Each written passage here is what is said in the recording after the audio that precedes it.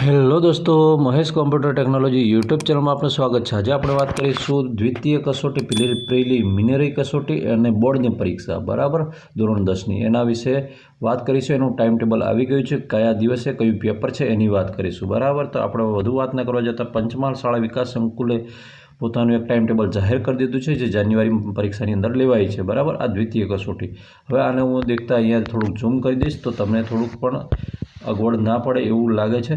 પછી એને ઓકે કરી દઈશું રિટર્નમાં।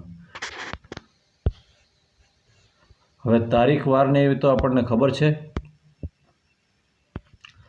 શનિવારનો સમયની વાત કરી દીધી છે। ધોરણ 9નો 7:30 થી 9:30 સુધીનો રહેશે, જ્યારે ધોરણ 10નો 10:30 વાગ્યાથી માંડીને 1 સુધીનો રહેશે, જ્યારે 11માનો છે એ ફરી પાછો 7:30 થી 9:30 સુધીનો અને 12મા ધોરણનો છે એ 10 થી 1 સુધીનો છે, એ રીતે કન્ટિન્યુ છે બરાબર।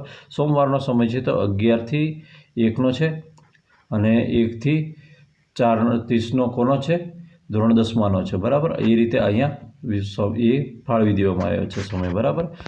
આની વચ્ચે 5 મિનિટનો ડિફરન્ટ રહેશે, બહુ જ એ નહીં રહે, અને એ પ્રમાણે ટાઈમ એડજસ્ટ કરી લેવામાં આવશે। હવે દેખવા જઈએ તો આપણું પહેલું પેપર છે 16 તારીખે, એટલે કે શુક્રવારના રોજ ચાલુ થાય છે બરાબર। તો મિત્રો આપણે ધોરણ 9ની અંદર પહેલું પેપર ગણિતનું રાખવામાં આવેલું છે, બીજું પેપર હિન્દીનું છે એટલે કે શનિવારે છે, રવિવારની રજા રહેશે, સોમવારે ફરી પાછું 19 તારીખના રોજ વિજ્ઞાનનું પેપર છે, પછી દેખવા જઈએ તો ગુજરાતીનું પેપર છે, પછી બુધવારે સામાજિક વિજ્ઞાન છે, ફરી પાછું અંગ્રેજીનું પેપર છે, તો શુક્રવારે સંસ્કૃતનું પેપર છે। પછી તમને એમ થશે કે સર હવે એના પછી કોઈ બીજા પેપર વધે છે, કમ્પ્યુટરનું કે એવું કોઈ પેપર આવે છે? તો ના, તમારે ધોરણ 9માં એવું કોઈ પેપર આવતું નથી।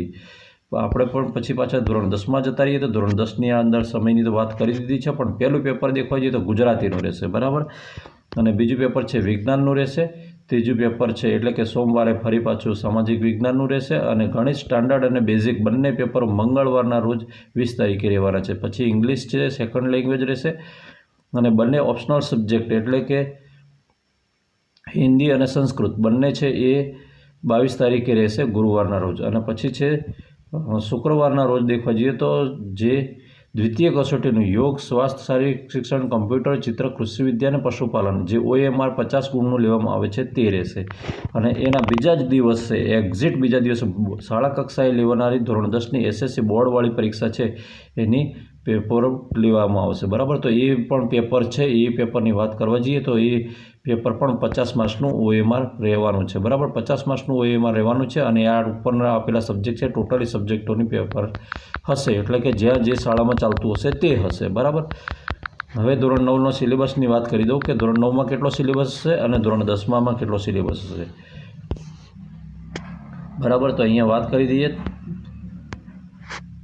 દ્વિતીય કસોટીની અંદર દેખવા જઈએ ધોરણ 9 અને 11 માટેનો જે ડિસેમ્બર સુધીનો સિલેબસ છે એ છે, પણ ધોરણ 10માં અને 12મા માટે ફૂલ સિલેબસ છે બરાબર, એટલે કે બ્લુ પ્રિન્ટ એટલે કે બોર્ડની પરીક્ષા જેવું જ પેપર રહેશે, આખી ફૂલ બ્લુ પ્રિન્ટવાળું બરાબર।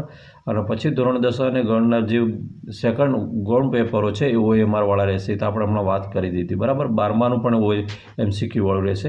ધોરણ 9 અને 11ની અંદર દેખવા જઈએ તો પ્રથમ કસોટીની અંદર દેખવા જઈએ તો 30% સિલેબસ છે એ પ્રથમ સત્રનો રહેશે, જ્યારે દ્વિતીય સત્રનો સિલેબસ છે 70% રહેશે। એમ કરીને કુલ પેપર લેવામાં આવશે, એટલે કે 15 ગુણનું પહેલું પૂછાશે અને 35નું પછીનું પૂછાશે, એમ કરીને 150 ગુણનું પેપર એમનું હશે બરાબર।